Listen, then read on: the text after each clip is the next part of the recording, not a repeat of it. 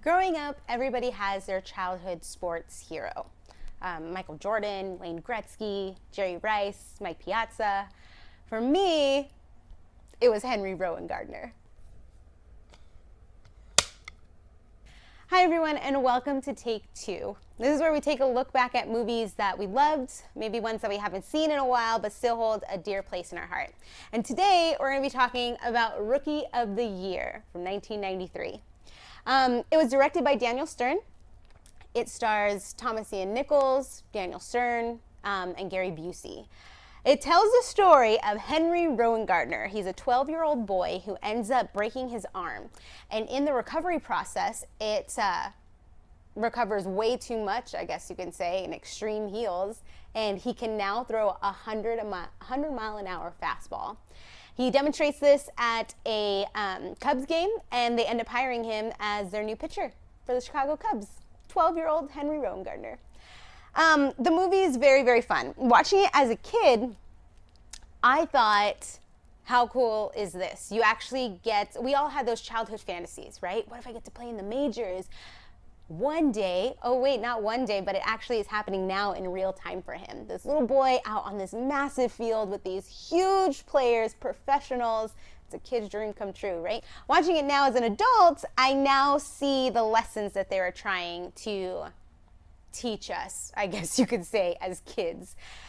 In the movie, Henry comes to realize that he loves baseball, and one day he would probably love to do that professionally as an adult, but as a kid, he wants to enjoy the time that he has as a child with his friends on their little, pony baseball fields, hanging out at the lake and going to school and talking about girls and all of that stuff. So he realizes that after he's pretty much played a whole season with the Cubs and has gone to a World Series, but he comes to that realization that he just wants to be a kid.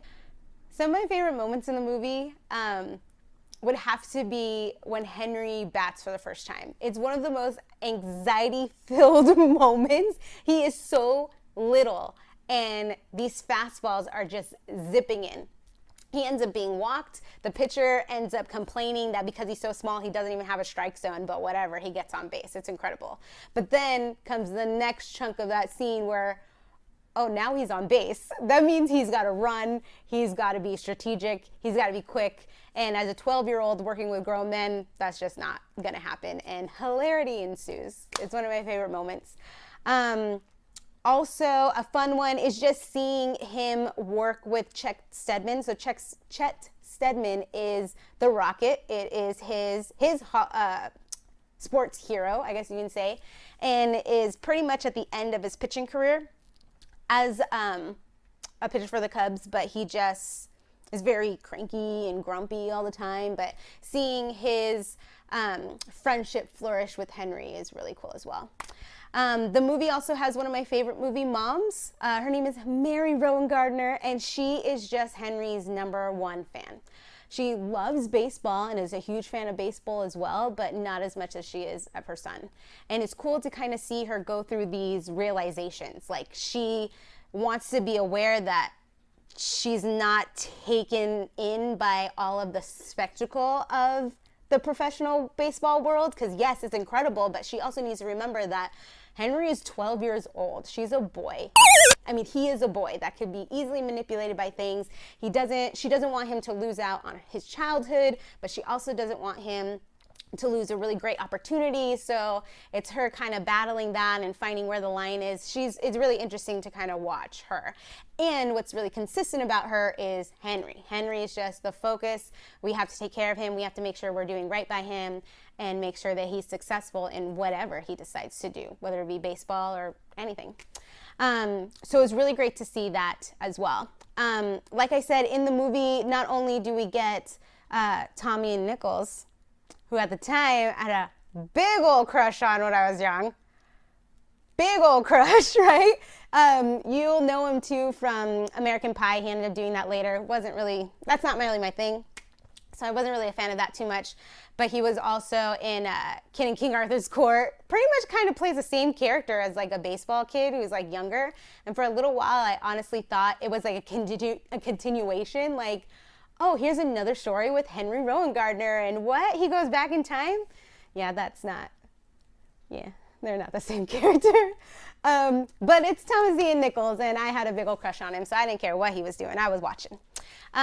There's a fun little cameo. I don't know if it'd be called a cameo, but John Candy is in it as well and plays the broadcaster for the Cubs. So it's really fun to see him do his thing. And of course, Gary Busey's in it as Chet the Rocket Stedman. Gary Busey. So I have a fun story about him. Something personal about me. I was a tour guide for a while. For a couple of years, I was a tour guide at Warner Brothers, and then hopped the fence and went to Universal and was a tour guide there for almost 5 years. And it was great. I really loved it. But I was on tour, and after the tour, I'm saying goodbye to my guests, and up walks Gary Busey, right? And I'm looking at him, and I'm like, okay, who is this guy? And he comes up to me, he goes, hey, Gary Busey. And we have this weirdo conversation, but as he's talking to me about how he's been on the lot and all this different things, he's talking about himself in third person. Gary Busey filmed on this back lot. I remember when Gary Busey filmed over on this place, and Gary Busey really enjoyed your tour. And I'm like, this is just weird. Like, okay. So after about maybe 3 or 4 uncomfortable minutes, he finally, shakes my hand, walks away. I'm like, okay, that's Gary Busey. He's an odd duck, but it was kind of cool because I got to come home and talk to my dad and say, hey, I had the Rocket on my tour. Like, that's really cool. Super fun, at least for me. Oh, speaking of my dad, if you ask him what his favorite character is in this movie, he'll probably say Hato. And Hato played on, he was, I guess, I don't want to say the villain of the movie, but they kind of played him up like this, like the nemesis. Like Henry runs into him on the fields, him as pitcher and Hato as a batter at the beginning of the movie. And then after he's, learned these lessons and gone through his experiences, they meet again in a very pivotal game. So he's out there, and Hato is just, like I said, the bad guy. And if you ever see my dad, he looks exactly like my dad. And he's just scary looking, and he's big, and he's scary and mean looking. My dad is nice. He's very kind, despite how he looks. No, I'm kidding. But yeah, so they have their meetup again. It's it's a very important moment because, well, spoiler, the movie came out in 93, so I don't feel bad spoiling it. Henry ends up losing his arm, not his arm, but losing his 100-mile-an-hour fastball right at the big game at the end. So he can't throw it hard, and they're telling him, like, just zip it in. He can't do it, like it's gone. So they have to kind of, maneuver their way through this very strategically because their secret weapon's gone. So what ends up happening is that in that moment, he ends up striking out Hato at the end. It's very slow motion, iconic 90s build-up. What's gonna happen? He swings and a miss. And it's super fun. But anyways, Hato, this big old angry, scary looking buff guy, actually throws his bat, throws himself on the ground, and starts throwing like a temper tantrum. And it is like the most ridiculous thing you've ever seen.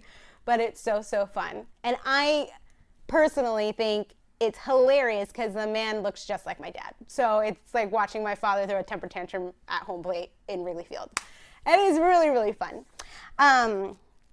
So yeah, if you guys haven't seen it, I definitely recommend it. Watching as a kid, I loved it. And even rewatching it now as an adult, again, kind of biased because I grew up watching it, so it's very nostalgic for me. But it's a fun one. It really is. Seeing also Henry interact with Brickma, who is Daniel Stern's character, is really fun. He's just the comedic relief, but then to know that Daniel Stern also directed this movie, so he's also like choreographing all this chaos it's kind of cool to think about too. He's the guy you're laughing at, but the reason why you're enjoying this movie is because of him, so it's kind of fun. Yeah, it's a great time. Oh, I'll end with this. One of my most favorite scenes, honestly, watching it back as an adult, is the opening scene where you see them opening up Wrigley Field for the first game of the season, and you see fans, young and old, just walking in, decked out in their Cubs gear, buying hot dogs, buying programs, buying, the foam fingers, like all this stuff is just so there's something so warm and nice about it, because I think anybody who's a big baseball fan can relate to that feeling right there. Whether it be Fenway or Dodger Stadium or whatever, you remember and you know what that feels like. Walking in with all of these people who are strangers, but you're all there for the exact same reason and community, for rooting for your team, you know.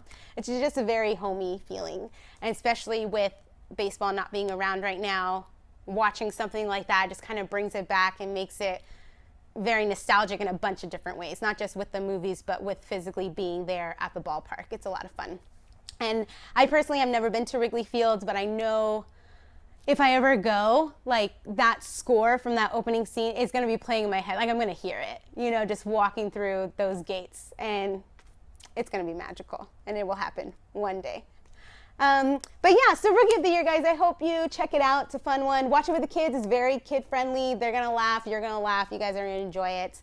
And I hope you like it. And I will catch you in the next one. See ya. Some pitchers ice their arms after a game. Others think heat is the way to go. But I found the secret. Hot ice. I heat up the ice cubes. It's the best of both worlds. No, that's all I got.